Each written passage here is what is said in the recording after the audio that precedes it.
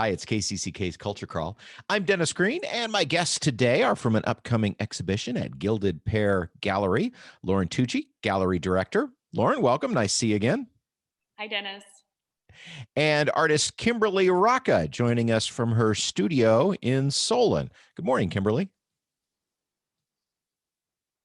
Good morning, Dennis. Nice to have you both with me. The exhibition is called Picking Up the Pieces. And before we dive into that, Lauren, this marks the first exhibition of Gilded Pear's 10th anniversary season. So take just a minute and kind of reflect for just a second. As you think over the last decade, I'm sure what you're thinking is 2020 seemed like it was a decade long, but just reflect a little bit on the journey that you and Susie and everybody at the gallery have taken over the last 10 years. Well, I haven't been here for the full 10 years, but in the 5 years that I've been here, we've had a breadth of services done for locals. We've even traveled out of state quite a bit to bring some of our Iowa artists to, say, Illinois or South Dakota or the coasts even. And so that's been a very fun journey to have. We also increased the amount of shows that we've done since I began here. We usually do a full 8 events for the year, and actually this year, since it's our 10-year anniversary year, we've increased our events to about 10. So we'll have a birthday party sometime in April, and then a couple of other fun things planned along the way. And of course, when the pandemic set in, you had to figure out how to run a gallery when gathering in a gallery is not something people want to do. So like everybody else, you had to be fleet of foot and change on a dime how you did just about everything. Yep, and that just caters to artists. I think we're kind of built for that. We have to think on a dime and change and really take in what needs to be done. And if we have to flip it and serve it a different way, you just get it done, right? Kimberlee Rocca has an exhibit going up called Picking Up the Pieces. Kimberlee, you're an Iowa native, yes. You went to school at the University of Iowa, started off in printmaking, and then got involved in foil and metalworking. Tell me a little bit about how you worked your way through studying and doing art in those different media.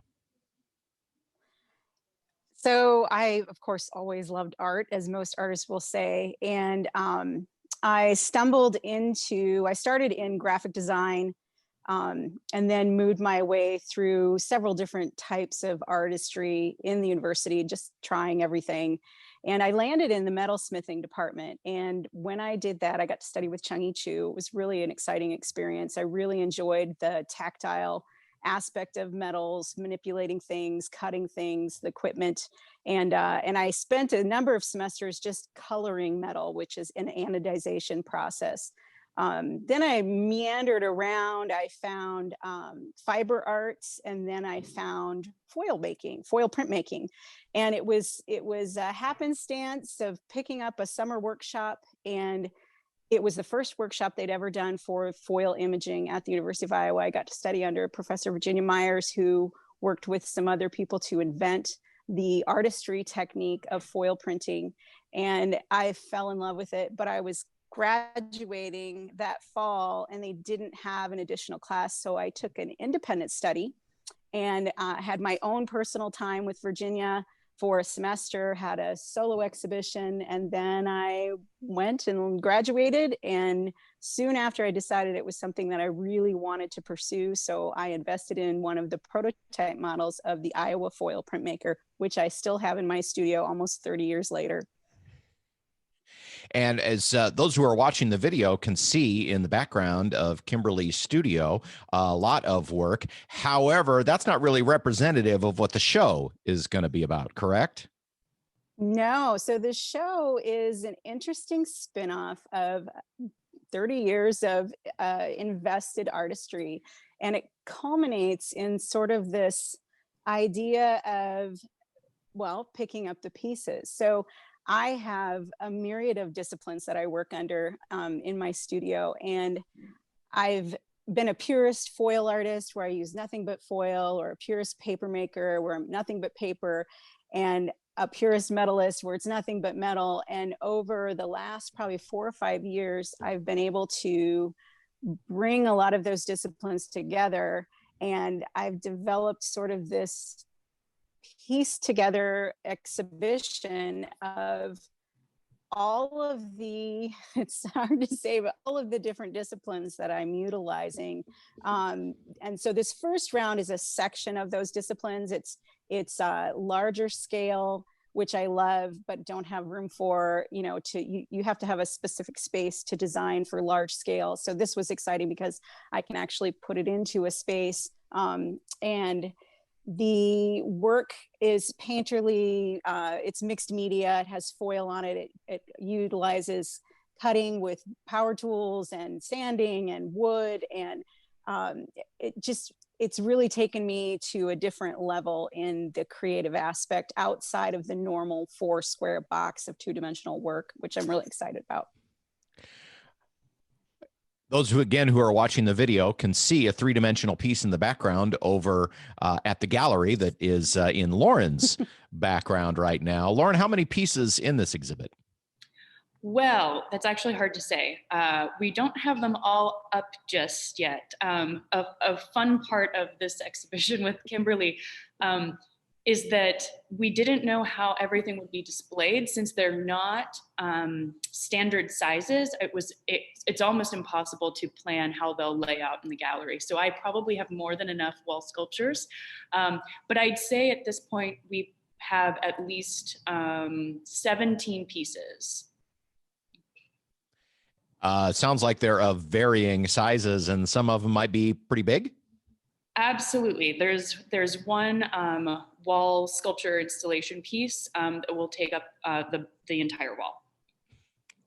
Kimberly, is the mental process different? I think about, when we think about artists, we think about painting, or maybe, making things with your hands and things like that. Or if you are using tools, they're small hand tools, but you just talked about power tools, saws and drills and things like that. Does that engage a different part of your brain when you're, using power tools in the creative process, as opposed to using something that's just tactile? Yeah, so power tools have always been a part of my repertoire. I grew up with a father who did a lot of home projects, DIY projects, and then I married a man who was a renovator and a home builder. And so I've gotten to be a part of the home building process. And so I work, in addition to doing the artistry that I do, I build custom homes with my husband. So I do 3D modeling on my CAD software, and I do project management on site. I do tile installations. I do all kinds of things. So I'm very accustomed to using all of the different kinds of power tools, which is really fun for me. The artistry of foil, though, is different. So foil is done on a small, I have an 18 by 18 hot plate, and a small rolling pin that heats up. And it's the heat that transfers, actually I'm sitting here, I have rolly foil sitting all around me. It's the heat that transfers this foil. So I have all these different foils, and they come on a Mylar carrier, and then it's heat and pressure that allow the foil to transfer onto different substrates. The problem is that the plate's only 18 by 18, so everything I do is very small and meticulous. And so working on large scale and using power tools and using other things kind of balances out.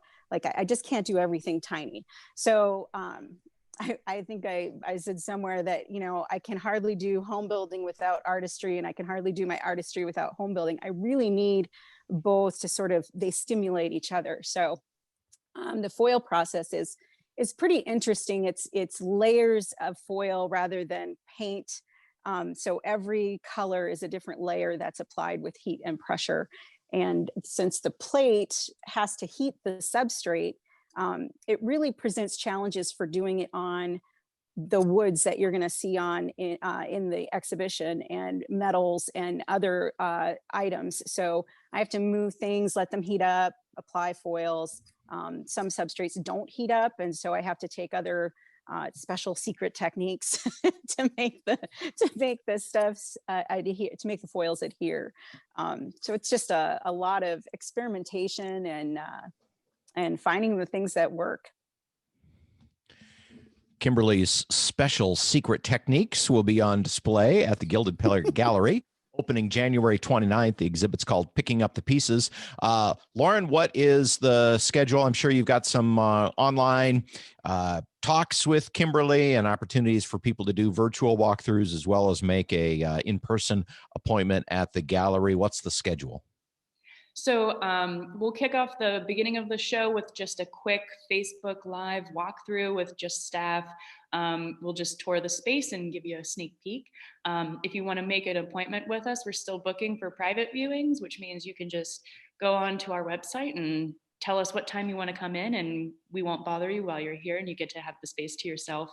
And on February 5th, we'll be doing a artist talk in what we're calling reception during COVID times with Kimberly, and that'll start at 5:30, and that's an RSVP event that can be found on our Facebook or on our website.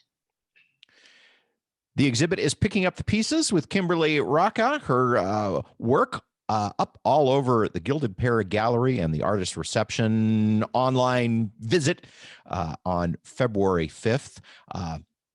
Well, I want to thank you both for joining me today, and I hope that you have a lot of online and in-person visitors and a fun time on the show. Ladies, thanks for being here.